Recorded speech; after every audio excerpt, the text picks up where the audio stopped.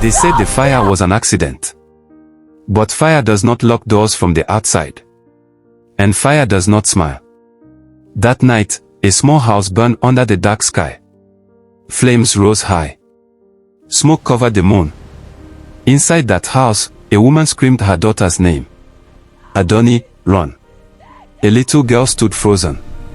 She watched the fire take her mother. And in the shadows, she saw a face. The woman smiling. That was the night Adoni lost her mother. But it was not the night she lost her strength. Adoni was only 7 years old. Her father, Chief Adebayo, was one of the richest businessmen in the land. He traveled often. He believed money could protect his family. He was wrong. 2 years later, he married again. Her name was Madam Monarchy. She came into the house with sweet words. She cooked good food. She smiled softly. She held Adoni's hand. But some smiles are lies. And lies do not stay hidden forever. Whenever Chief Adebayo traveled for business, the house changed. The kindness disappeared. The soft voice became hard.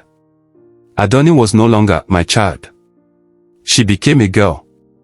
She woke up before sunrise. She swept the big house alone. She washed clothes until her fingers hurt. She fetched water from the river again and again. If she moved slowly, she was beaten. If she asked a question, she was slapped. Meanwhile, Monarch's own daughter, Tola, lived like a princess. Soft bed. Fine clothes. Sweet food. Adoni slept on a tin mat near the kitchen. But even in pain, her eyes still carried light. One hot afternoon, Adoni walked to the market with heavy baskets on her head. The sun was strong. The road was dusty. Suddenly, her foot slipped. She fell. Onjis rolled across the road. Before she could stand, she heard horse hoofs. A calm voice spoke. "Are you hurt?" She looked up. It was Prince Adewale, the son of the king. He did not look at her like she was nothing. He looked at her like she mattered. He helped her up. Their hands touched. He noticed the bruises on her arm. "Who did this to you?" he asked softly. She forced a small smile.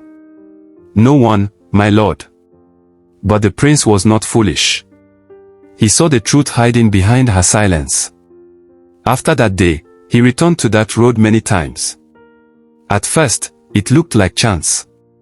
But it was not. He wanted to see her again. They spoke about simple things. The river.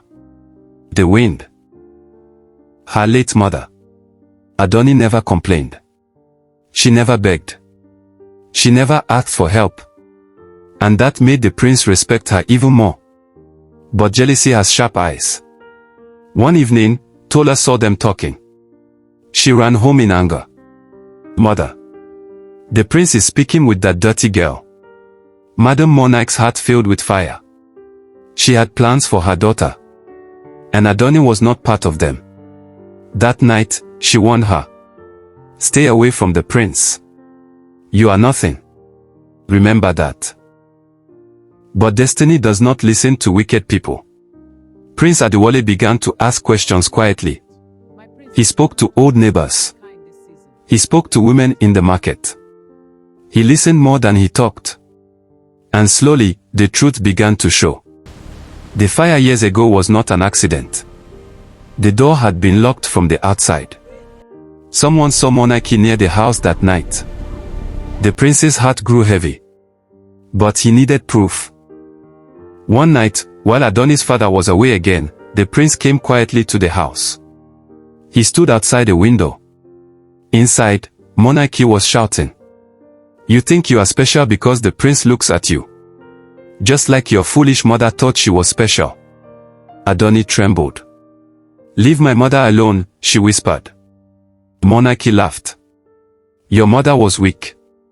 She trusted me. She drank the tea I gave her. When the fire started, she was too weak to escape." Silence filled the room. "You killed her?" Adoni asked. Yes, Monarchy said coldly. And I will destroy you too.